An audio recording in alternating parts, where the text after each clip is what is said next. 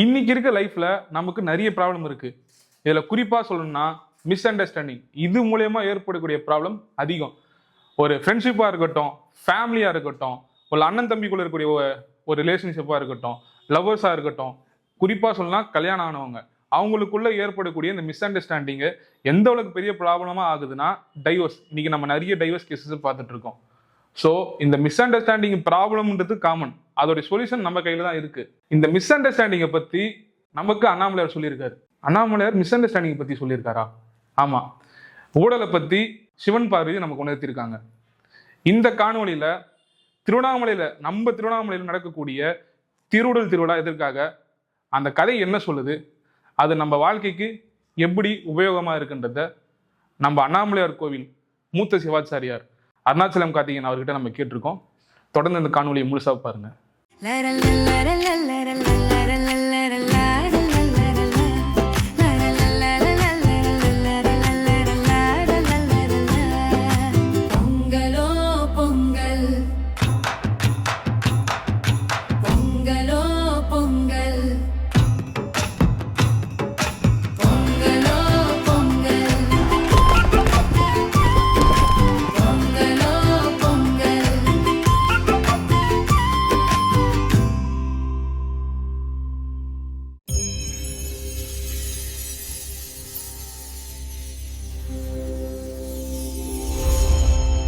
Sir வணக்கம். Sir வணக்கம். சிவாயன்மா. இனிய பொங்கல் நல்வாழ்த்துக்கள் சார். பொங்கல் நல்வாழ்த்துக்கள் சிவாயன்மா.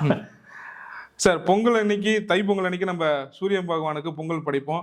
எல்லா ஊருக்குள்ளேயும் அந்த அன்னைக்கு மறுநாள் வந்து பார்த்தீங்கன்னா வெளியே போகிறது, ஜல்லிக்கட்டு போய் பார்க்கறது, இது போல் நிகழ்வாக நடக்கும். ஆனால் நம்ம ஊரில் வந்து பார்த்தீங்கன்னா குறிப்பாக அந்த மாட்டு பொங்கல் அன்னைக்கு நம்ம போயிட்டு சாமியை பார்க்கறது தாண்டி சாமி நம்மளை பார்க்க வெளியே வரும். அன்னைக்கு திருடல் உற்சவம் வந்து நம்ம ஊரில் வெகும் சிறப்பாக நடக்கும். ஸோ இந்த திருடல் உற்சவத்துடைய பின்னணி கதை என்ன? முதலே சொல்லிட்டீங்க. பொங்கல் வாழ்த்துக்களும் பொங்கலுடைய வணக்கத்தையும் சொன்னீங்க. மக்களுக்கு எல்லாருக்குமே, ஆன்மீக பக்தர்கள் எல்லாருக்குமே வந்து நமக்கு கண்ணுக்கு தெரியக்கூடிய கடவுள் அப்படின்னு பார்த்தீங்கன்னா சூரிய பகவான், சந்திர பகவான். இவங்க ரெண்டு பேருமே வந்து ரொம்ப வந்து கண்ணுக்கு தெரிகிற ஒரு கடவுள். எல்லாமே கர்ம சாட்சின்னு கூட சொல்லுவாங்க. இது கர்ம சாட்சின்னு நம்ம செய்கிற ஒவ்வொரு செயல்களையும் நம்ம பார்க்கக்கூடிய தெய்வங்கள் வந்து சூரிய பகவானும் சந்திர பகவானும். இந்த சூரிய பகவானை அந்த பொங்கல் அன்னைக்கு வழிபடுறதே வந்து ஒரு புண்ணிய காலம்னு சொல்லுவாங்க. புண்ணிய காலம் அப்படின்னும் போது என்னென்னா நல்ல ஒரு தருணம், நல்ல ஒரு நேரம் அப்படின்றது புண்ணிய காலம். அந்த சமயத்தில் வந்து இறைவன் வழிபடுறது, அது மாதிரி இறைவன் சூரிய பகவானை வந்து வழிபடுறதுன்றது தொன்று தொட்டு வர ஒரு விஷயம். அது வந்து மகர சங்கராந்தின்னு சொல்லுவாங்க. மகர சங்கராந்தினா மாதத்துக்கு வந்து தை மாதத்துக்கு வந்து மகரம் அப்படின்னு ஒரு ராசிப்படியாக சொல்லுவாங்க. அது சங்கராந்தி அப்படின்னும் போது சேர்றதுன்னு அப்படின்னு சொல்லுவாங்க. மகர சங்கராந்தி வாழ்த்துக்கள் கூட அந்த காலத்தில் சொல்லுவாங்க. மகர சங்கராந்தி வாழ்த்துக்கள் கூட சொல்லுவாங்க. வடமொழியும் தென்மொழியும் ரெண்டுமே சேர்த்து சொல்லுவாங்க. இப்போ இந்த தை திங்கள் அப்படின்றது வந்து எப்படின்னு பார்த்தீங்கன்னா, திங்கள்ன்றது மாதம். உங்களுக்கு ஒவ்வொரு மாதத்தையும் குறிக்கிறது திங்கள்னு சொல்லுவாங்க. கிழமை வேறு. திங்கள்ன்றது சந்திரன் உத்தேசம். தை திங்கள்ன்றது மாதத்துக்கு கூட சொல்லுவாங்க. இப்போ தை திங்கள் அப்படின்னு சொல்லும் போது நமக்கு வந்து சூரிய பகவானை வழிபடுறோம்.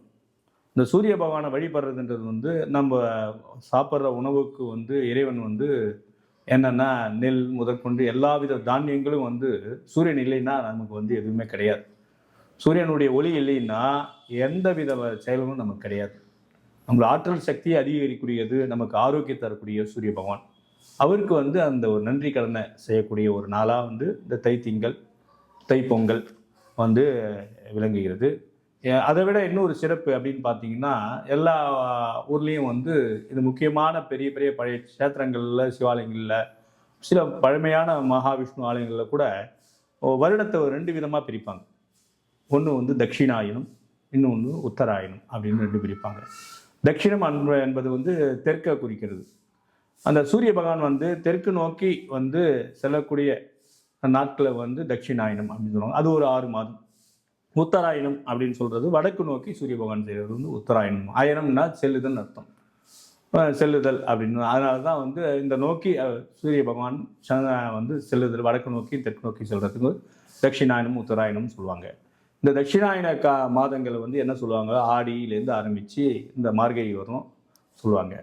உத்தராயணத்தை தையிலேருந்து ஆணி வரலும் சொல்லுவாங்க. இது மாதிரி ரெண்டா பிரிப்பாங்க. அதில் வந்து நீங்கள் மகாபாரத்தில் பார்த்தீங்கன்னா கூட பீஷ்மர் வந்து இந்த உத்தராயண புண்ணிய காலத்துக்கோசரம் வந்து உயிர் விடுறதுக்கே வந்து அவர் வந்து அந்த அம்பு படிக்கல இருந்ததா வந்து மகா இதிகாசம்னு சொல்கிற மகாபாரத்தில் வந்து சொல்லுவாங்க. அப்போ தான் இந்த விஷ்ணு சாஸ்திரநாமம் இந்த மாதிரி தெய்வத்தினுடைய நிறைய நாமக்கள்லாம் வந்ததா பீஷ்மர்கிட்டேருந்து வந்ததாக சொல்லுவாங்க. இந்த உத்தராயணம் புண்ணிய காலம் அப்படின்றது வந்து மிக மிக சிறந்தது. புண்ணிய காலம்னா நல்லது செய்யக்கூடியது, நல்ல நல்ல விஷயங்களை செய்யக்கூடியது, நல்ல முகூர்த்தங்கள் போக்குவரத்து எல்லாமே சேர்த்து இந்த உத்தராயண புண்ணிய காலம். அதனால தான் சூரிய பகவானை வந்து உத்தேசித்து வடக்கு நோக்கி சூரியன் வந்திருக்கும் போது நம்ம எல்லா வித நன்மையும் செஞ்சுக்கணும் அப்படின்றதுக்கோசரம் இந்த உத்தராயண புண்ணிய காலம் வந்து தைத்திங்களாக வந்து நம்ம கொண்டாடிட்டு இருக்கோம். மக்கள் வந்து சூரிய பகவானை வழிபடுறதுனால அவங்களுக்கு எல்லாருக்குமே வந்து இந்த தைத்திங்களுக்கு வந்து நாம் எல்லாருமே சூரிய பகவானை வேண்டிக்கிறோம். எல்லாரும் ஆரோக்கிய முதல்ல ஒரு செல்வம் அப்படின்னு பார்த்தீங்கன்னா ஆரோக்கியம். எல்லாருக்கும் வந்து உடல் வந்து ஆரோக்கியமாக இருக்கணும் அப்படின்னு நம்ம இந்த சூரிய பகவானை முதல்ல தைத்திங்கள் அன்னைக்கு நம்ம எல்லாரும் ஹாப்பி பொங்கல் அப்படின்னு சொல்லுவாங்க, பொங்கல் வாழ்த்துக்கள் சொல்லுவாங்க. அவங்கவுங்க சொல்லிக்கும் போது சூரிய பகவானையே நினச்சிட்டு அவங்க வந்து நீண்ட ஆயுளோடு இருக்கணும்னு நம்மலாம் பிரார்த்தனை பண்ணுவோம். ரெண்டாவது நீங்கள் கேட்ட கேள்வி வந்து மாட்டுப் பொங்கல் அன்னைக்கு நாம் வந்து எல்லாருமே வந்து மாட்டுப் பொங்கல் அன்றைக்கி ஜல்லிக்கட்டு அது இதுன்னு போய் நிற்பாங்க.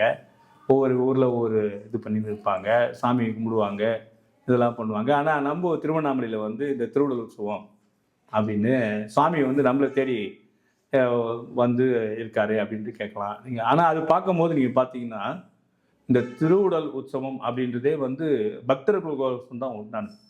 ஒரு பக்தனுக்கு வந்து இறைவன் வந்து எல்லாத்தையும் வந்து தியாகம் பண்ணிட்டு வந்து காட்சி கொடுக்குறது, அதாவது திருவுடல் உற்சவம் அமையுது.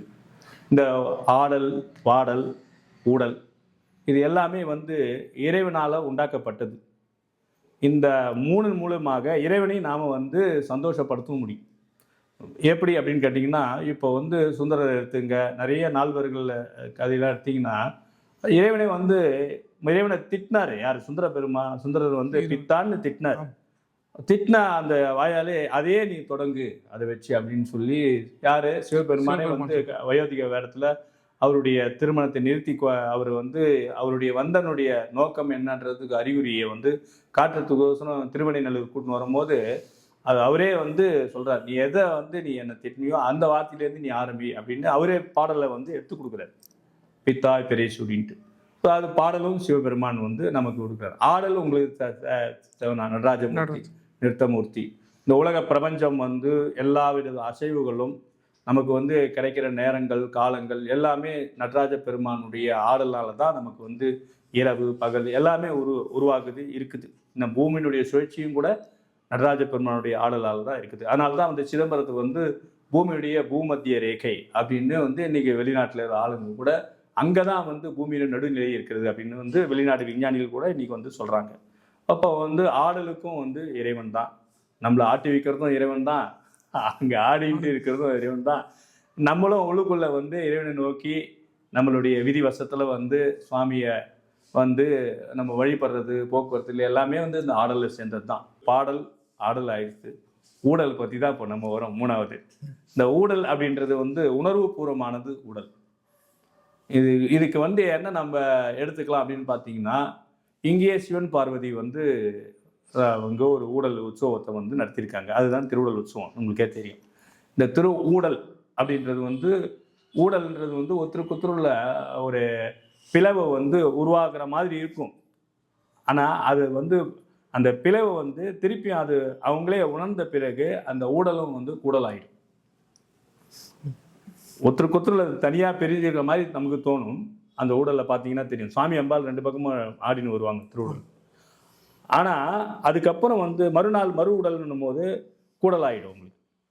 இந்த விஷயம் நம்ம பார்க்கும் போது திருவுடல் உற்சவத்தில் பார்க்கும் போது இந்த ஊடல் அப்படின்னும் போது என்னன்னா, ஒருத்தருக்குள்ள ஒருத்தர் மனசுல உள்ள விகாரமான எண்ணங்கள் வந்து வெளிப்படையாகும். அது வந்து நம்ம இங்கே பார்வதி நம்ம சொல்கிறோம். நம்ம ஏன்னா சிவபெருமான் அப்படி இருக்காரு, தோற்றத்தில் இருக்காரு, அப்படி இருக்காரு, இது இருக்காருன்ட்டு அவன் அந்த பார்வதி தேவியே சொல்கிற மாதிரி இருக்கும். கங்கையை வந்து தலையில் அணிஞ்சிருக்கீங்க, சடையை உடுத்திருக்கீங்க, அது மாதிரிலாம் வரும் அந்த தோற்றத்தில் வரும்போது. சுந்தரர் தூது போகும்போது இந்த மாதிரிலாம் சொல்லுவா பார்வதி. முதல்ல எதற்காக வந்து அவங்க ரெண்டு பேருக்குள்ள இந்த திருவிழா ஏற்படுது காரணம்? அதாவது முதல் காரணமே என்னன்னு பார்த்தீங்கன்னா, இது வந்து பக்தன் வந்து பிரிங்கி மகரிஷி, அவர் வந்து சிவ கணங்களில் ஒரு ஆள். சிவகணங்கள்ல பிரிங்கி மகரிஷின்னு உண்டு. நந்தி, பிரிங்கி அப்படின்னு நிறைய பேர் வருவாங்க சிவகணங்கள்ல. இதுல வரும்போது சிவனுடைய அம்சம் தான் அவங்க எல்லாமே. அம்சம் தான், ஆனா தோற்றம் கிடையாது. சிவனுடைய அம்சம், ஆனா அவங்க மாதிரி தோற்றம் கிடையாது. நந்தியம்பெருமான் காவல், அவர் கைலாயத்துல காவல் காக்கிறவர். அதனால தான் நம்ம கோவில் ஆலயத்திலலாம் சிவனை பார்த்து நந்தியம்பெருமான் இருப்பார், நீங்க பார்த்து. அதே மாதிரி பிரிங்கி அப்படின்றது உயர்ந்த ஒரு தத்துவத்தை நமக்கு வந்து சிவபதத்தை சிவேன சகமோதத்தை அப்படின்னு சொல்லுவாங்க. சிவனோட ஒரு ஆனந்தத்தை கொடுக்கக்கூடியவர் இந்த பிரிங்கி மகரிஷி. ஏன்னா சொல்லுவாங்களே, ஒரு கடைசியான ஒரு ஒரு நிலையை வந்து சிவத்தை வந்து அறிந்தவர் யாருன்னு பார்த்தீங்கன்னா பிரிங்கி மகரிஷி தான். ஏன்னா சிவன் வேறு பார்வதி வேறு அப்படின்ற மாதிரி அவர் வந்து பிரதட்சணம் பண்ணுவார். அவரையும் பார்வதி தேவி வந்து ஒவ்வொரு உடல்ல உள்ள சக்தி எல்லாமே வந்து பார்வதி தான். சக்தினாலே பார்வதி தான், உங்களுக்கு தெரியும். நம்ம உடல்ல இருக்கிற சக்தி எல்லாமே அம்பாளுடைய சுரூபம் தான். யா தேவி சர்வபூதேஷு சக்தி ரூபேன சம்ஸ்திதா அப்படின்னு தேவி மகாத்மியம் கூட வரும். அப்போ வரும்போது அந்த உடல்ல உள்ள சக்தி எல்லாத்தையும் வந்து எப்படி வந்து தன்னை விட்டுட்டு சிவனை வண்டி சுத்தி வரான் அப்படின்றத பிரிங்கி மகரிஷியை வந்து தடுக்கிறதுக்கோசரம் அவருடைய உடல்ல இருக்கிற சக்தத்தெல்லாம் எடுத்துடுறார். அப்ப பிரிங்கி மகரிஷி வெறுமா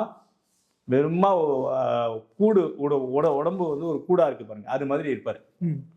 ஆனாலும் அவர் வந்து சிவனை அப்பயும் வந்து சிவனை விடாம ஐக்கியமத்திய பாவத்துல வந்து சுத்துவார். சுவாமியும் சுத்தி வர, சிவனை மட்டும் சுத்துறார், பார்வதியை விலகிட்டு. ரெண்டு பேரும் சேர்ந்த மாதிரி உட்காருவாங்க. சேர்ந்த மாதிரி உட்காந்து இப்ப என்ன பண்ணலாம் அப்படின்னு பார்வதி வந்து நினைச்சிட்டு சுவாமியோட ஐக்கியமா கிட்ட போய் உட்காருவா. அப்ப என்ன பண்றாரு, அவருடைய தபோபலத்தினால பிரிங்கி அப்படின்றதுக்கு பேர் வந்தது காரணமே தான். பிருங்கஹானா வண்டு. ஆமா, பிருங்கா சுத்துதல்னு அர்த்தம். பிரமரஹானா சுத்துதல்னு அர்த்தம். சுற்றுதல் எதுன்னு பார்த்தா வண்டு தான் சுத்தும். வண்டு ஈலாம் சுத்தும். அப்ப அவர் வண்டு மாதிரி துளைக்கிற சுபாவம் உள்ளது வண்டுக்கு, உங்களுக்கு தெரியும். வண்டு எதெல்லாம் மண்ணு கிண்ணு வச்சிருந்தா கூட துளைச்சி உள்ள குழப்போம். ஸோ அது மாதிரி என்ன பண்றாரு, சிவன் பார்வதி இடையில ஒரு துளையை விட்டு சிவனை மட்டும் சுத்தி வருவார். அவர் சுத்தி வந்தனால அவருக்கு இந்த பேர் பிரிங்கின்னு பேர் வந்தது. அதுக்கு முன்னாடி சிவகணங்களாக தான் அவர் இருந்தார். அப்படி சுற்றி வரும்போது அப்பி என்ன பண்ணுறாவ, அந்த வண்டு உருவமாக சிவனை மட்டும் சுற்றி வந்த பிறகு அந்த வண்டியுடைய சக்தியும் அம்பாள் எடுத்துடுறார். எடுத்த உடனே பழைய தோற்றத்திலே இவர் வந்து வெறும் எலும்பு கூடா அப்படியே நிற்கிறார். அப்படியாவது சாமியை ஒண்டி சுத்தணும் அவர் மனசில் இந்த சித்திரம் தான் ஓடுது. ஆனா பார்வதிக்கு வந்து தன்னை அவமதிக்கிறார். தன்னை அவமதிக்கிறார். நம்ம ரெண்டு பேரும் சிவனும் பார்வதியும் ரெண்டும் சேர்ந்தது தானே உலக பிரபஞ்சம் எல்லாமே. இவர் என்ன சிவனை மட்டும் சுத்துறாரு அப்படின்ற மாதிரி எண்ணங்கள் வந்து யாருக்கு வந்தது, பார்வதி தேவிக்கு தன்னை அவமதிக்கிறாரு என்ற எண்ணம் வந்து இருக்கும் போது சிவபெருமான் கிட்ட வந்து இதை மாதிரி அப்படின்னு சொல்றாரு. உங்க பக்தன் இது மாதிரி சுத்துறாரே, இது சரியா அப்படின்னு கேட்குற மாதிரி கேட்கிறாரு. அவனுடைய எண்ணம் அது. அவனுடைய எண்ணம் எப்படி இருந்தாலும் எனக்குள்ள நீ இருக்கல்ல, நீ அது பெருசா எடுத்துக்காது அப்படின்னு சாதாரணமா சொல்ற மாதிரி சொல்றாரு. இருந்தாலும் பார்வதி தேவிக்கு அது ஒரு அவமதிப்பா இருக்குது. அதுதான் அந்த இது. அதனால என்ன பண்றா, அவரை வந்து சுத்த விடாம என்னென்ன பண்ணணுமோ அதெல்லாம் பண்றார். பண்ண முடியாது, அவரால் ஏந்துக்கவே முடியாத நிலைகள் வரும்போது சிவபெருமானே அவருக்கு வந்து அனுகிரகம் பண்றார். என்ன பண்றாருன்னா, ஒரு தடியை கொடுக்குறார். அவருக்கு ஒரு தடிக்கு ஊன்றுகோல் ஒன்று கொடுக்குறார். அதுக்கு அடுத்தது என்ன பண்றாரு, இன்னொரு காலை கொடுக்குறாரு. மூன்றாவது கோல். நீங்க ஆலயத்துல பாத்தீங்கன்னா அந்த சித்திரங்கள் இருக்கும். 3 காலுடைய ஒரு கையில ஒரு தடி வச்சிருக்க மாதிரி ஒரு முனிவர் இருந்தாருன்னா அது வேற யாரும் கிடையாது, பிரிங்கி மகரிஷி தான். நிறைய சிற்பங்கள்லாம் இருக்குது, கோவிலில் சிற்பங்கள்லாம் இருக்கு. ஸோ அப்படி பார்க்கும்போது அந்த ஊன்று காலை வச்சுன்னு பிரிங்கி மகரிஷி வந்து அப்பயும் வந்து சிவனை மட்டும் சுத்தறதுக்கு போறார். அப்போ சுத்தும் போது அவர் அப்படியே சுற்றி வரும்போது இவ்வளோ சிரமப்பட்டு சுற்றுறானே, சரி இப்படிப்பட்ட ஒரு பக்தனுக்கு நம்ம காட்சி கொடுக்கணும் அப்படின்னு சுவாமி வந்து கிளம்புறார்.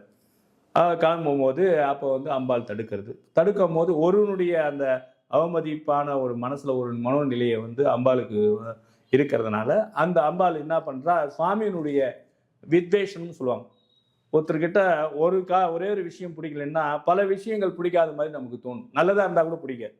அவங்க நல்லது செஞ்சா கூட அவங்க செஞ்சானா எதிரி, நல்லவனா கூட எதிரி இருக்கலாம் நமக்கு. ஆனா அவன் செய்யற நல்லது வந்து நாம வந்து அது பிடிச்சிக்கணும். அந்த நல்லதும் பிடிக்காம வந்து அதையும் ஒரு வேஷனையா நம்ம பார்த்தோன்னு வச்சிங்களேன். அது மாதிரி தான் பார்வதி தேவி சுவாமி இது மாதிரி தன்னை விட்டுட்டு அவமதிக்கிற ஒரு பக்தனுக்கு போய் அனுகிரகம் பண்ணணும்னு நினைக்கிறாரு. அதனால நாம எப்படி இவர் இப்படிலாம் இருக்காருன்ட்டு சுந்தரமூர்த்தி சுவாமி அவர் தான் தூது. அவர்கிட்ட வந்து அனுப்புறாரு. அதுதான் பாத்தீங்கன்னா நடுவுல வந்து ஒரு சாமி இப்போ வருவார். மூன்றாவதா வரக்கூடிய சுவாமி வந்து சுந்தரமூர்த்தி நாயனார் தான். சுந்தரமூர்த்தி நாயனார் வேற யாரும் கிடையாது, பக்தன் நமக்கு தெரியுமே தவிர, ஆனா சுவாமியுடைய பிரதிபிம்பம் தான். சுவாமியுடைய அம்சம் தான் சுந்தரமூர்த்தி நாயனார், அவருடைய பிரதிபிம்பம் தான். அதனால வந்து அவர்கிட்ட வந்து சொல்லி அனுப்புவார். தோழன், நான் வன் தொண்டர்னு சொல்லுவாங்க, தோழன் கூட சுந்தரமூர்த்தி நாயனார். அவர் தான் அவர்கிட்ட வந்து பார்வதி சொல்ற மாதிரி இந்த திருவுடல் உற்சவம் நடக்கும். இந்த திருவுடல் நடக்கும் போது ஒருத்தருக்கு ஒருத்தர் ஒன்று சொல்லிப்பாரு. பாம்பு அணிந்தது, சடை அணிந்தது, அவர்கிட்ட வந்து எது விசேஷமான குணங்களோ அந்த குணங்கள்லாம் அம்பாளுக்கு வந்து பிடிக்காத மாதிரி அம்பாள் சொல்லி அனுப்புவாள். அப்போ கங்கையும் சொல்லி அனுப்பா, இன்னொரு பெண்ணை நீ தலையில் வச்சுக்கலாமா, நான் ஒரு பெண் இருக்கும்போது அப்படின்ற மாதிரி அந்த இதில் வரும். ஊழலில் சுவாமி அம்பாலும் பேசிக்கிற மாதிரி வரும். அதுதான் இந்த திருவிழா நம்ம திருவண்ணாமலையில் நடக்கிற ஒரு நிகழ்ச்சி அது. அதுக்கப்புறம் அவர் பக்தன் தான் முக்கியன்ட்டு அம்பாலை விட்டுட்டு போய் பிரிங்கி மகிழ்ச்சிக்கு மலை சுற்றுற வழியில் காட்சி கொடுக்குறாரு.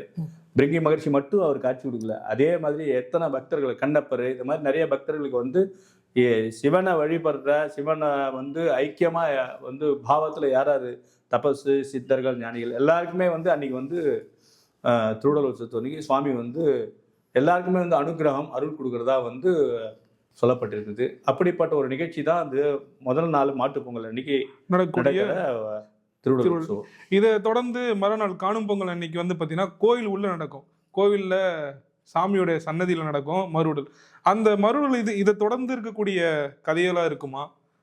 மறுவுடல் அதுதான். இப்போ சுவாமி எல்லாருக்கும் அனுகிரகம் பண்ணிடுறாரு. அனுகிரகம் பண்ணிட்டு திருப்பியும் வந்து கோயிலுக்கு வராரு.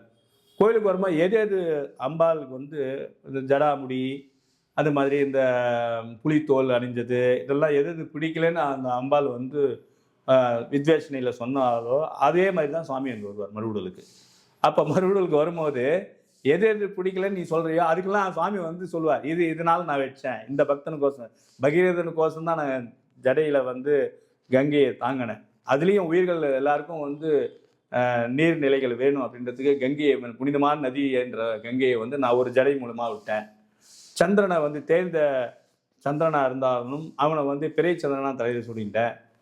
அதே மாதிரி ஒன்றுன்னா சொல்லிட்டு போவார் சுவாமி. தன்னுடைய நாகாபரணம் எல்லாத்தையும் வந்து சொல்லுவார், இதுக்கோசரம் தான் நான் வந்து இதெல்லாம் அணிஞ்சிக்கிறேன் அப்படின்ற மாதிரி. எது வந்து அம்பாள் வந்து வெறுக்கத்தக்க விஷயங்கள்லாம் சொல்கிறோம், அந்த வெறுக்கத்தக்க விஷயங்கள் எல்லாமே இவர் இதுக்காசம் தான், நான் பக்தனுக்கோசம் தான் எல்லாம் செஞ்சேன், நீ மட்டும் உன் பக்தன் நீ செய்யாமல் இருக்க மாட்டியா, இதே மாதிரி கேட்டா உன் பக்தன் வேற என் பக்தன் வேறயா, நீ நானும் சேர்ந்தது தானே உலகம் அப்படின்ற மாதிரி அம்பாளுக்கு புரிய வச்சு தான் அம்பாலே அப்புறம் வந்து சுவாமியை பார்த்துட்டு, இவ்வளோ கருணை உள்ளவங்க எனக்கு இந்த கருணை இல்லையே அப்படின்ட்டு தான் வாங்கன்னு அப்படியே மறுபடியும் அன்னைக்கு வந்து அம்பாள் கூப்பிட்டு தாள் போட்டுப்பா. நீங்க பார்த்தீங்கன்னா தெரியும், தாள் போட்டுட்டு எப்படி சாதாரண வீட்டில் கணவன் மனைக்கு என்னென்ன சண்டை நடக்குமோ அத்தனையும் அங்கே நடக்கிற மாதிரி நமக்கு காட்சியில் தெரியும். ஆனால் உண்மையாக பார்த்தா அது வந்து நம்மளுடைய உணர்வுகள் தான் எல்லாமே.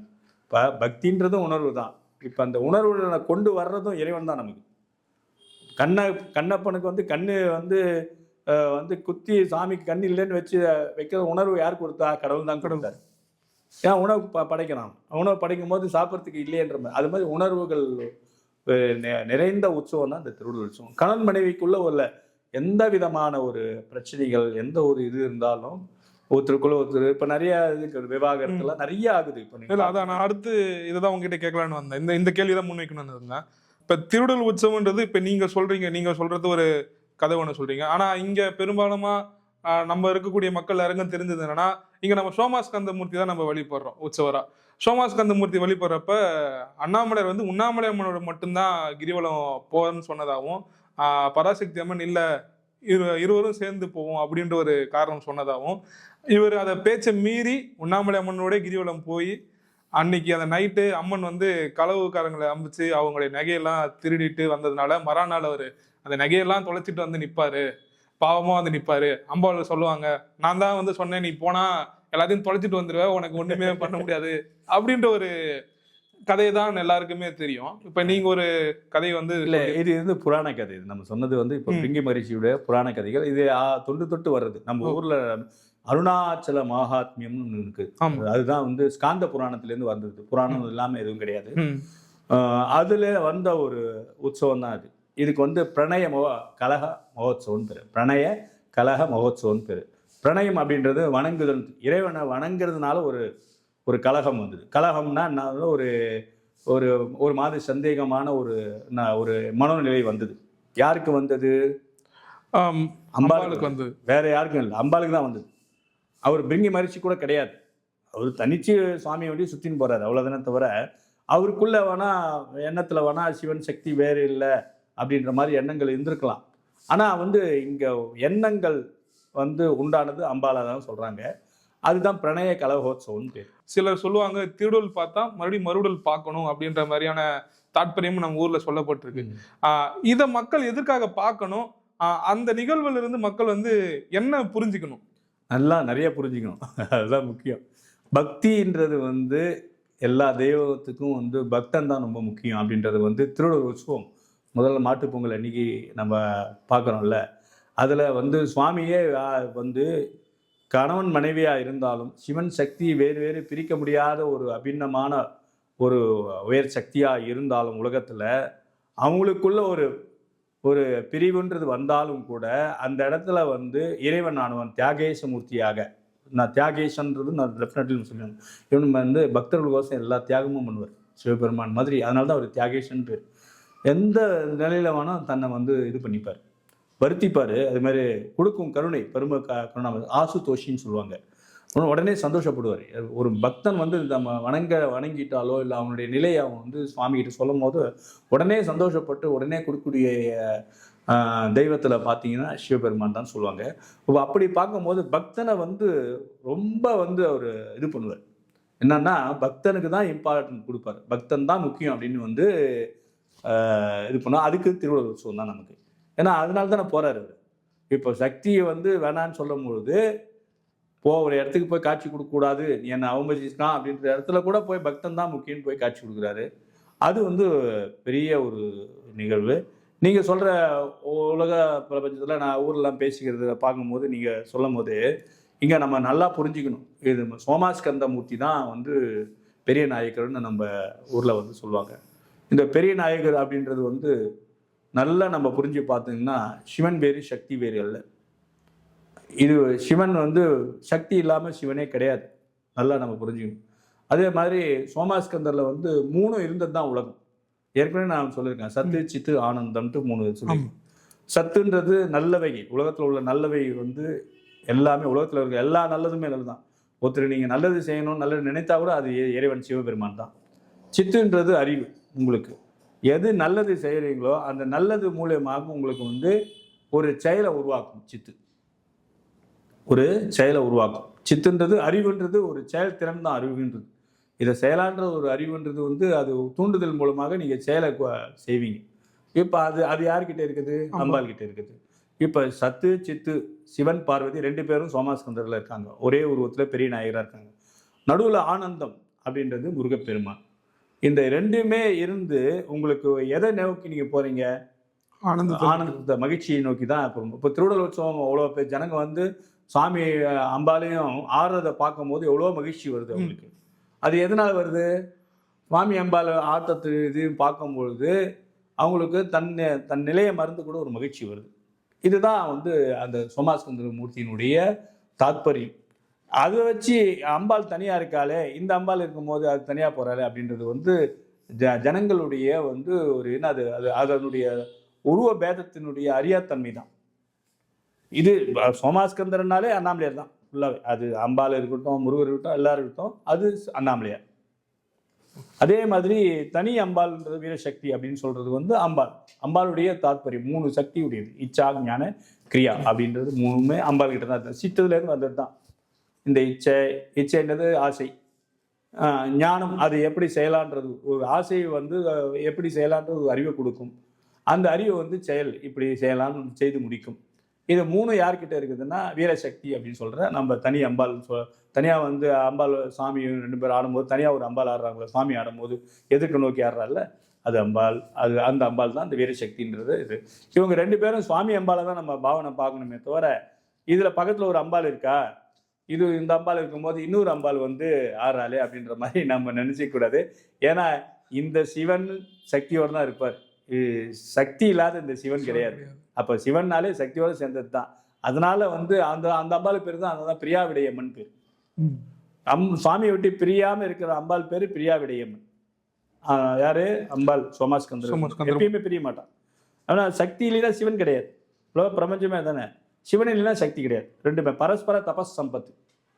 எப்படின்னா 2 பேருமே தபஸ் பண்ணுவாங்க. நீங்க கேட்கலாம், அம்பாலாவது நம்ம கார்த்திகை தீபத்து உற்சவத்தில் நம்ம பேசும்போது அம்பாலாவது என்ன பண்ணும்போது தபஸ் பண்றான்.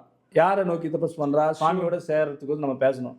2 கலக்கிறதுக்கோசரம் அர்த்தநாரீஸ்வரர் தாத்பரியத்துக்கோசரம் கார்த்திகை தீபம் மலையில ஏறும் போது ஜோதி ரூபமா 2 பேரும் அர்த்தநாரீஸ்வரர் ஸ்வரூபமா இருக்கிறதுனால அப்படின்னு நம்ம அம்பாள் தபஸ் பண்றா. கிரிவலம் வாரா, கௌதமரிஷ பஞ்சாயத்து நம்ம பேசணும். அது அம்பாள் தபஸ் பண்றது சுவாமியோட சேர்றதுக்கு. அப்ப சுவாமி எதுக்கு தபஸ் பண்றாரு? சுவாமி அப்படின்னு நமக்கு ஒரு தாத்பரியம் வரும். இப்ப சுவாமி எதுக்கு தபஸ் பண்றாருன்னா, இப்ப சுவாமியும் தபஸ் பண்றாரு, அம்பாள் தபஸ் பண்றாரு. அம்பாள் சுவாமி கிட்ட சேரத்து தபஸ் பண்றாரு நம்ம ஊரை பொறுத்தவரையும்.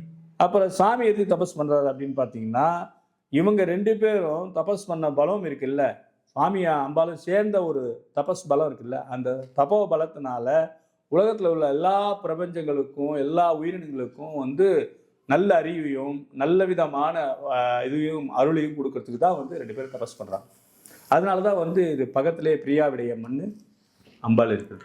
இப்ப நடக்கக்கூடிய இந்த திருவிழா நிகழ்வாகட்டும், அம்பாள் அண்ணாமலையார் இவங்க 2 பேரும் நடக்கக்கூடிய ஒரு கருத்து வேறுபாடுன்னு சொல்லலாமா? அது போல இருக்கட்டும். இன்னைக்கு இருக்க லைஃப்ல இருக்கக்கூடிய கப்புள்ஸ், யங்ஸ்டர்ஸ் கப்புள்ஸ்ல நிறைய மிஸ் அண்டர்ஸ்டாண்டிங்ஸ் இருக்கு. அது கோர்ட்ல போய் டைவர்ஸ் வரைக்கும் போகுது. ஸோ இந்த இன்சிடென்ட்டையும் இதையும் ரிலேட்டட் பண்ணி அவங்களுக்கு ஒரு அட்வைஸ் மாதிரி இருக்குமா? அட்வைஸ்ன்னு நம்ம சொல்ல முடியாது. ஏன்னா நம்ம ஆலயம் சார்ந்த விஷயங்கள் எல்லாமே ஏன்னா இன்னைக்கு பெரிய விஷயம் நம்ம பார்க்கணும் போது இன்னைக்கு இருக்கிற தலைமுறைகளாக இருக்கட்டும், இன்னைக்கு இருக்கிற ஆண்மநேயர்களாகட்டும், பக்தர்களாகட்டும், எதுவுமே நாம் எதையுமே யாருக்கும் உறுத்துற மாதிரி ஒரு இதுவாக நம்ம சொல்ல முடியாது. அட்வைஸ் நீங்கள் சொல்கிறீங்கள, அது நம்ம சொல்ல முடியாது. ஏன்னா இன்னைக்கு காலகட்டங்களில் அவங்களுடைய நிலைகள் யாருடைய நிலைமை யாரும் அறியறதில்லை.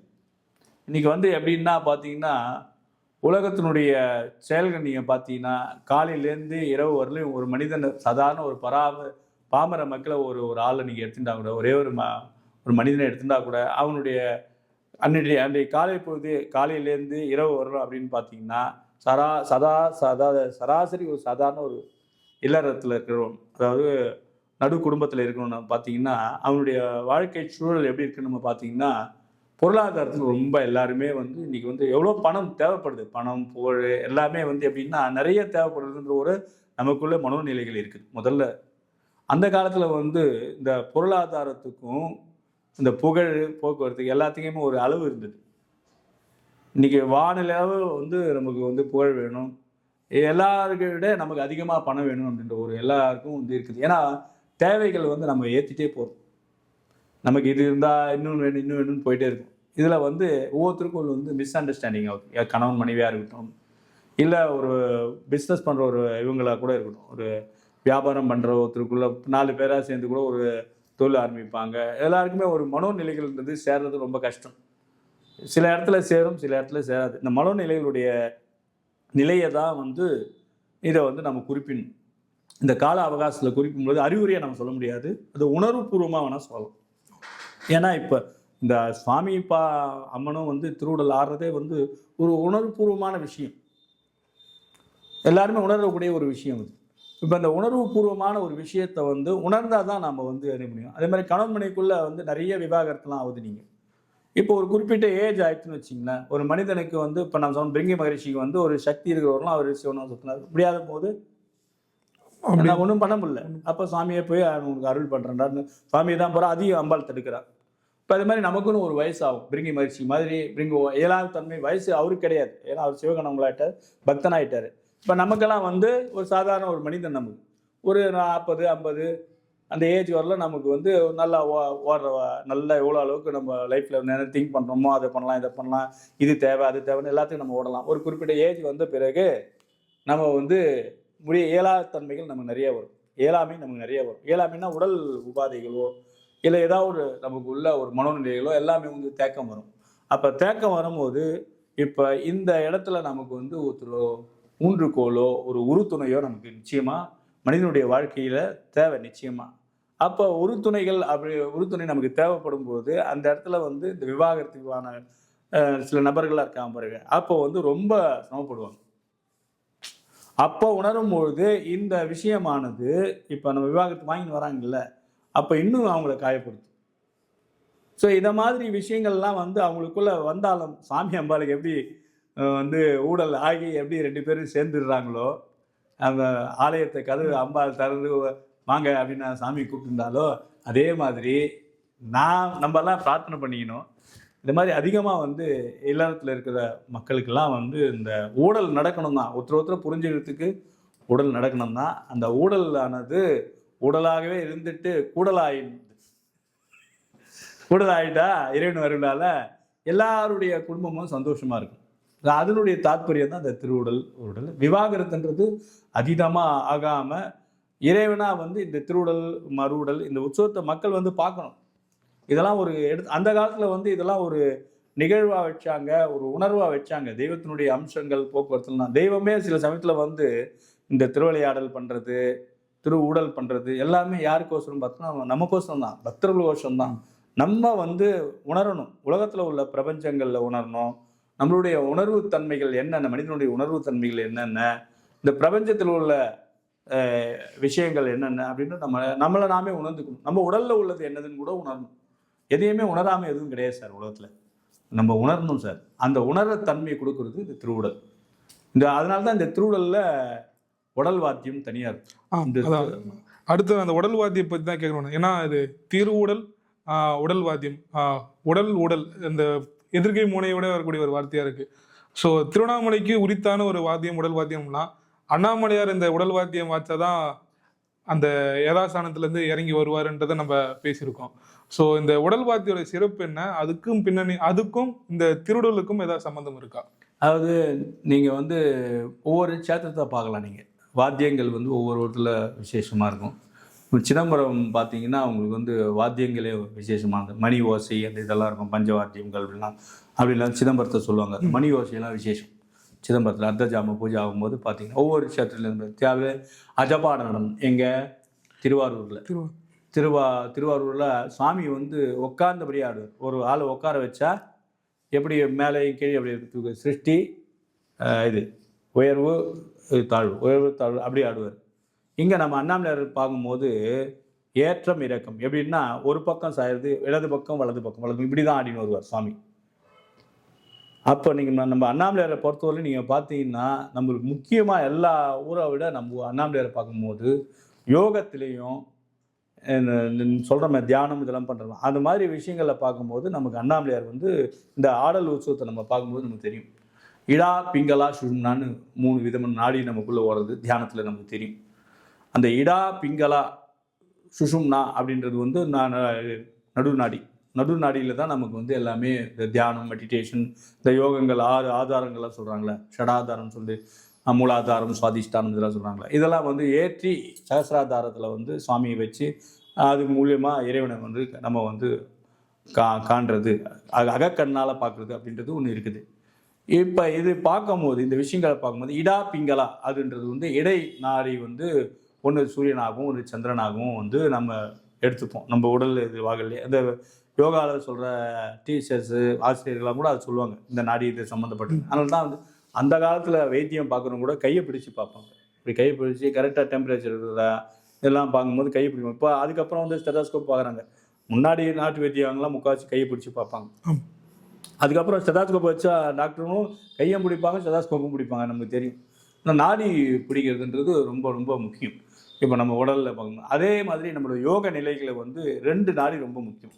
இடா பிங்களா அப்படின்றது வந்து மூச்சியை வந்து ஒரு பக்கம் இழுக்கிறது, அந்த இடத்துல வந்து நடுவில் நிறுத்துறது தான் வந்து சுஷும்னா உங்களுக்கு.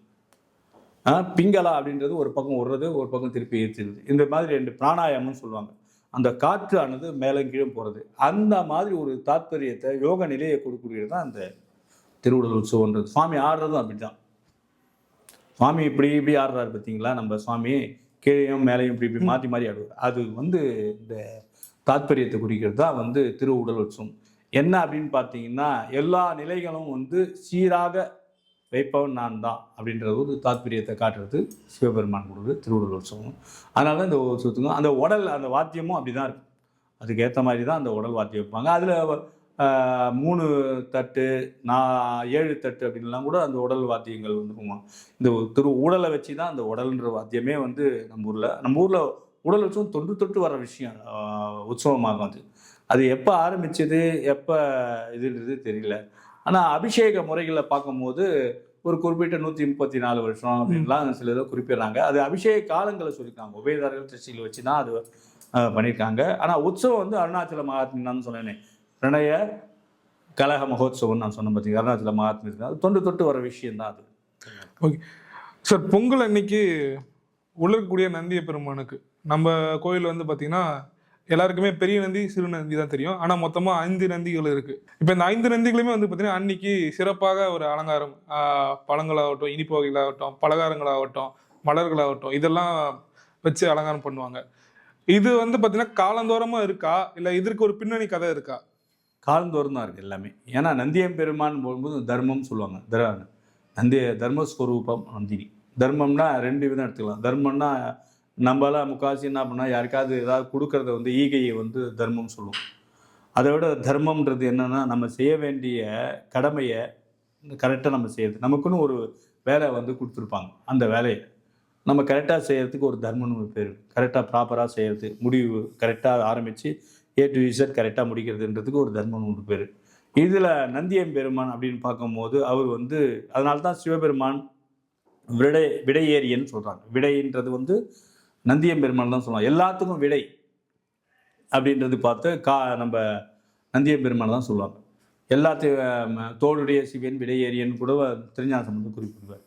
அப்போ விடை அப்படின்றது என்னன்னா, நம்ம செய்யக்கூடிய எல்லா விதமான உலகத்தில் உள்ள எல்லா விதமான விஷயங்களுக்கும் ஒரு நெறி இருக்குது. தர்மன்றது நெறி, ஒழுக்க நெறி, பக்தி நெறி, எல்லாத்துலேயும் நெறி வேணும். அது ஒரு ப்ராப்பரானது ஒரு வழி. நெறின்றது வழி, சரியான வழி. அது அந்த நெறியை காட்டக்கூடியவர் நந்தியம். அதனால தான் சுவாமியோட எதிர்க்கேற்பார். இந்த நெறியில் வந்த பக்தி நெறியில் என்ன மாதிரி என்னை வழிபட்டால் தான் நீ சாமியை பார்க்க முடியும் அப்படின்றதுக்கு வந்து நந்தியம் பெருமான் இருப்பார். இப்போ இதில் பார்க்கும்போது எல்லா உலகத்தில் உள்ள எல்லாமே உழைப்பால் தானே வருது. உழவன் உழைக்கிறதும் இது எல்லாருமே நெசவாளிகள் உழைக்கிறது எல்லாமே உழைப்பால் தான் வருது. எருதுன்னு சொல்கிற அந்த விடைன்னு சொல்கிறது அது கூட வந்து என்னன்னா உழைக்கிறதுனால தானே வருது. ஏர் உழுதுனால தானே வருது. அப்போ அது மூலியமாக உலகத்தில் இருக்கக்கூடிய எல்லா விதமான தானியங்கள், எல்லா விதமான உணவுப் பொருட்கள் எல்லாமே வந்து நந்தியம் பெருமானுக்கு அது வந்து சாத்தி உலகத்தில் உள்ள எல்லா உயிரினங்களுக்கும். நந்தியம் பெருமான்றது நான் ஏற்கனவே சொல்லிட்டேன். பசுபதி அப்படின்னு சொல்லும் போது பசுன்றது நந்தியம் பெருமான், பதின்றது இறைவன் சொல்லியிருக்கோம். ஸோ அந்த பசுன்றது உலகத்தில் எல்லா உயிர்களையும், அதனால தான் சிவபெருமானுக்கு பசுபதின்னு பேர். அப்போ எல்லா வித உணவுகளும் பசுவுக்கு கொடுத்தா அது பதியை போய் சேரும் அப்படின்ற ஒரு தாத்பரியத்தில் தான் வந்து மாட்டுப்பொங்கல் அன்றைக்கி வந்து மாட்டுக்கு பூஜை பண்ணுறதும் சரி, நமக்கு அதுதான் வச்சு அதை உத்தேசித்து தான் நம்ம மாட்டுப்பொங்கல் அன்றைக்கி பூஜை பண்ணுவோம். அதேமாதிரி திருவண்ணாமலையில் இருக்கிற எல்லா நந்திக்கும் வந்து இந்த பட்சணங்கள், காய்கறிகள், கனிகள், எல்லா விதமான உலகத்தில் உள்ள உணவுகள், எல்லா விதமான இதுவும் வந்து நந்தியம் பெருமானுக்கு நம்ம வந்து சாத்தி எல்லா உயிர்களுக்கும் இதெல்லாம் கிடைக்கணும், அந்த கிடைக்கும்படி இறைவன் வந்து நமக்கு அருள் புரியணும் அப்படின்றதுனால தான் வந்து பெரிய நந்தி. எல்லா நந்திக்கும் நம்ம கோயிலில் பார்த்தீங்கன்னா இது மாதிரி எல்லா விதமான தானியங்கள், கனிகள் எல்லாத்தையும் பண்ணுவாங்க, மாலையாக போடுவாங்க. ஓகே, இந்த மாட்டுப்பொங்கல் அன்னைக்கு சாமியை உள்ளே இருந்து அந்த யதாஸ்தானத்துலேருந்து கிளம்பி வருவார். வர வர ஒரு நந்திக்கும் தீபார்த்தனை இருக்கும். இந்த திட்டுவாசிபரியில் அன்னைக்கு நடக்கக்கூடிய ஒரு அற்புதமான நிகழ்வு சூரிய தரிசனம். அந்த சூரிய தரிசனத்துடைய சிறப்பு நம்ம முதல்ல பார்த்தீங்கன்னா உள்ள கொடிக்கம்பத்தில் வந்து தரிசனம் பண்ணுவார். கொடிக்கம்பத்தை தரிசனம் பண்ணுவார். ஏற்கனவே நான் சொன்ன கொடிமரம்ன்றது வந்து ஸ்தூலலிங்கம். அது வந்து முக்கியமானது கொடிமரம்ன்றது. கொடிமரம்ன்றது இல்லாத அதாவது பெரிய விழாக்களே கிடையாது. ஏன்னா எல்லா தெய்வங்களும் அம்சங்களும் உள்ளது கொடிமரம். ரெண்டாவது யோக நிலையில் பார்த்தீங்கன்னா அது வந்து மத்திய நாடி நம்மளுது. நான் சொன்ன பார்த்தீங்களா, இடாப்பிங்களா சுஷ்மனா நாடி வந்து கொடிமரம். ஸோ எந்த வித தெய்வங்கள் வந்தாலும் கொடிமரத்தை வந்து தரிசனம் பண்ணிவிட்டு, கொடிமரத்துலேருந்து தரிசனம் பண்ணிவிட்டு அதுக்கப்புறம் தான் வரும். அதே மாதிரி தான் நம்ம சுவாமியை வந்து கொடிமர தரிசனம். அதுக்கப்புறம் பார்த்தீங்கன்னா ஒவ்வொரு நந்தியாக தரிசனம் பண்ணுவார்.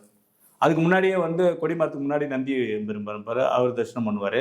அதுக்கப்புறம் கொடிமரம், அதுக்கப்புறம் வந்து பெரிய நந்தி, இதே மாதிரி சின்ன நந்தி, பெரிய நந்தி அப்படின்னு ஒவ்வொரு நந்தியாக தரிசனம், எல்லா நந்திக்கும் அலங்காரம் பண்ணியிருப்பாங்க. பட் வந்து கடைசியில் நான் சொன்ன பாருங்க, திட்டு வாசப்படியில் சொன்ன பாருங்க, திக்கு வாசப்படியில் வந்து சூரியனுக்கு அப்போ தான் கரெக்டாக சூரியன் வந்து அங்கே இருப்பார். வடக்கு நோக்கி வர்ற மாதிரி இருக்கும். சாரை கரெக்டாக அந்த சுவாமியினுடைய முகத்தில் படுற மாதிரி கரெக்டாக அன்றைக்கி அமையும்.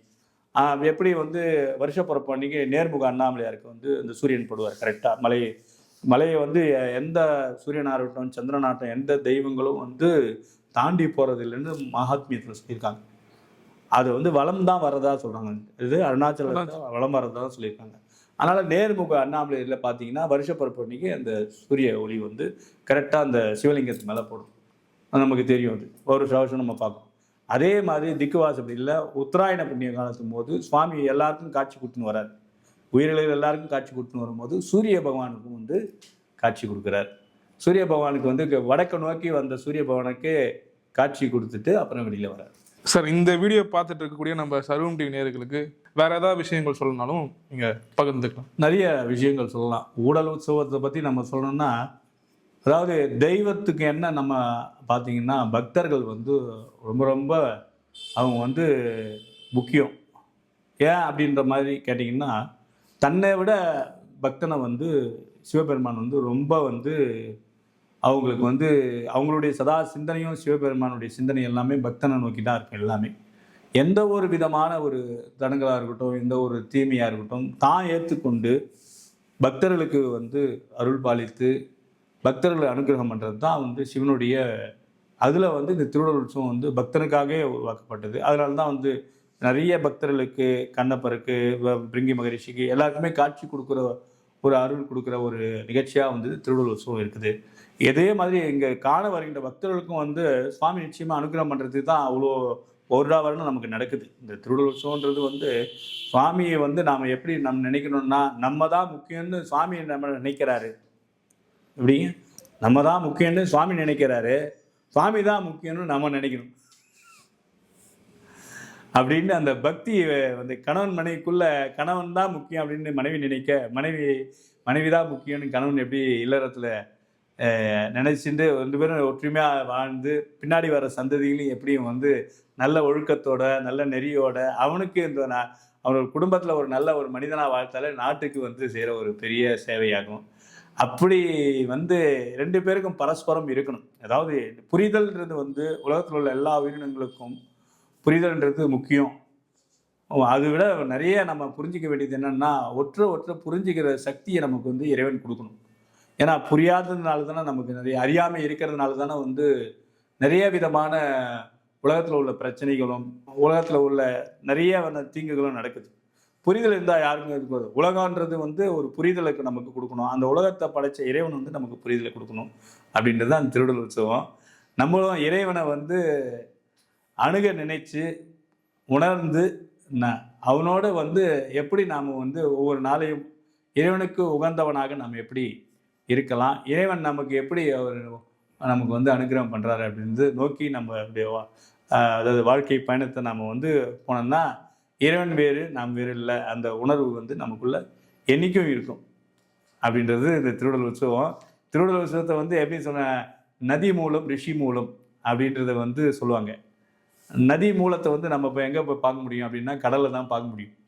ஆனால் அது எங்கே போய் சேர்ற நுனியை நம்ம போய் இந்த இடத்துல தான் சேருது, இந்த கடலில் இந்த நதி இந்த இடத்துல தான் சேருது, கங்கை நதி இந்த இடத்துல தான் சேருது, யமுனை நதி இந்த இடத்துல தான் சேருது அப்படின்னு நம்மளால் சொல்ல முடியாது, பார்க்க முடியாது.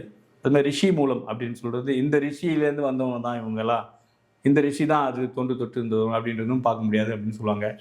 அதே மாதிரி பார்த்தீங்கன்னா இந்த திருவள்ளுவர் உற்சவத்தை வந்து நம்ம வந்து இறைவனுடைய கருணையையும் இறைவனுடைய லீலையிலும் நம்ம வந்து அளவிட முடியாது உண்மையாக பார்த்தா. ஏன்னா நிறைய பக்தர்களுக்கு அவர் அனுகிரகம் பண்ணிட்டும் இருக்காரு, ஏற்கனவே அனுகிரகம் பண்ணிட்டாரு. பண்ணதுனால அவங்களுடைய நிலைகள் வந்து உயர்ந்து நிறைய விஷயங்கள் வந்து அவங்களால வந்து நிறைய இப்போ 103 நாயன்மார்கள் இதெல்லாம் நிறைய பேர்லாம் வந்து பண்ணியிருக்காங்கல்ல. அப்புறம் நிறைய விஷயங்கள் திருவிழாக்கள், பக்தோத்சவம், மாணிக்கவாசகர் இருந்தால் பக்தோத்சவம் பாரதி நடந்தது, அது மாதிரி நிறைய விஷயங்கள் நடந்திருக்கு இல்லை. இப்போ அது மாதிரிலாம் பார்க்கும்போது நமக்கு உள்ள இறைவன் எப்படின்னா அவருடைய கருணையை வந்து நம்ம அளவிட முடியாது. பரம கருணாமூர்த்தி தான் வந்து நம்ம அண்ணாமலையார். இந்த திருவள்ளுவர் உற்சவத்தை எங்கெங்கே இருக்கிறவங்கலாம் வந்து பார்க்குறாங்க. அதில் நம்ம ஊரில் இருக்கிற மக்கள் வந்து பார்க்கும்போது ஒருத்தருக்கு உறவினர் மாதிரியே அன்றைக்கி பார்த்தீங்கன்னா எல்லாருமே வந்து இருப்பாங்க. அந்த 3 சுற்று வரும்பொழுது நம்ம பார்ப்போம். ஒவ்வொரு சுத்துல வந்து சொல்லுவாங்க, முதல் சுத்து பிரம்மா உருவமாக சுவாமி வர்றதாகவும், ரெண்டாவது சுத்து வந்து விஷ்ணு உருவமாக வர்றதாகவும், மூணாவது சுத்து ருத்ர ரூபமாக வர்றதாகவும் அப்படின்னு 3 சுத்து சுத்துவாங்க. உருவங்கள் இருந்தாலும் நமக்கு உடல்ல இருக்கிற குணங்கள் வந்து 3 விதமானது.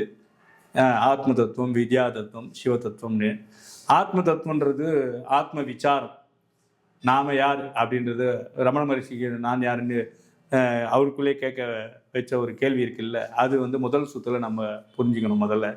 வித்யா ரெண்டாவது வந்து வித்யா தத்துவம். வித்யா தத்துவம்னா நமக்கு என்ன, நம்ம எதனால பிறந்திருக்கோம், இதனுடைய பயன் என்ன அப்படின்றது அறியறதுக்கு வந்து வித்யா தத்துவம் வந்து நமக்கு ரெண்டாவது சுத்துல ரொம்ப விஷ்ணு ரூபமா வந்து நமக்கு அனுகிரகம் பண்ணும்.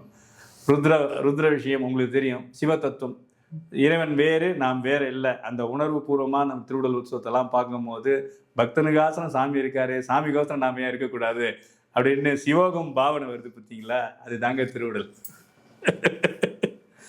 சந்தோஷங்க சிவாய். ஓகே, நீங்க சொன்ன பல தகவல் வந்து இந்த ஒரு தை திருநாள்ல மற்றும் இங்க இப்ப நடக்கக்கூடிய திருவிழா நீங்க சொன்ன தகவலை பல பேர் பார்த்து புரிஞ்சு இத்தனை வருஷமா போய் பார்க்காத ஒரு திருவிழலை இந்த வருஷம் பார்த்து அவங்க அந்த பலனை அனுபவிப்பாங்கன்னு சொல்லி நம்ம இறைவனை பார்த்துப்போம். இல்லை, இத்தனை வருஷமா அவங்க எல்லாம் உணர்ந்திருக்காங்க. அவங்க உணர்ந்தது வந்து சரியான உணர்வா வந்து அவங்க இன்னும், அதாவது அவங்களுக்கு ஏற்கனவே வந்து நல்லா நம்ம புரிஞ்சுக்கணும். நம்ம ஒன்று பிடிக்குதுன்னு ஒன்று சாப்பிட்றோன்னு வச்சுக்கோ, ஒரு விஷயத்த சாப்பிட்றோம்னா அது இன்னும் கொஞ்சம் வேணும்னு கேட்குறோம்ல, அதை மாதிரி தான் இப்போ நம்ம உரையாடுறது இருக்குன்னு நினைக்கிறேன் மக்களுக்கு. அதனால் அவங்களுக்கு ஏற்கனவே உணவு இருக்கிறனால தான் அவ்வளோ பேர் வந்து அண்ணாமலையார்கிட்ட இந்த ஆட்டத்தையும் அது இதெல்லாம் பார்த்துட்டு சந்தோஷப்பட்டு அதுக்கு தகுந்த வாத்தியத்தையும் கேட்டுட்டு சந்தோஷப்பட்டுட்டு இருக்காங்க.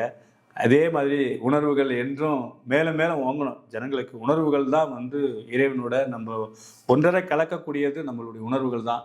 ஆன்மீகம் அப்படின்றதே வந்து ஆன்ம நேயத்தை வந்து ஒருத்தருக்கு புரிஞ்சிக்கிறது அப்படின்றது தான் ஆன்மீகம். அப்படிப்பட்ட உணர்வை ஆண்டவன் நமக்கு எல்லாருக்கும் கொடுக்கணும். இறைவனை உணர்ந்து உணர்வோட இறைவனை வழிபட்டா இறைவன் நம்மளை தேடி வருவான், நம்மளும் இறைவனை தேடி போகலாம்.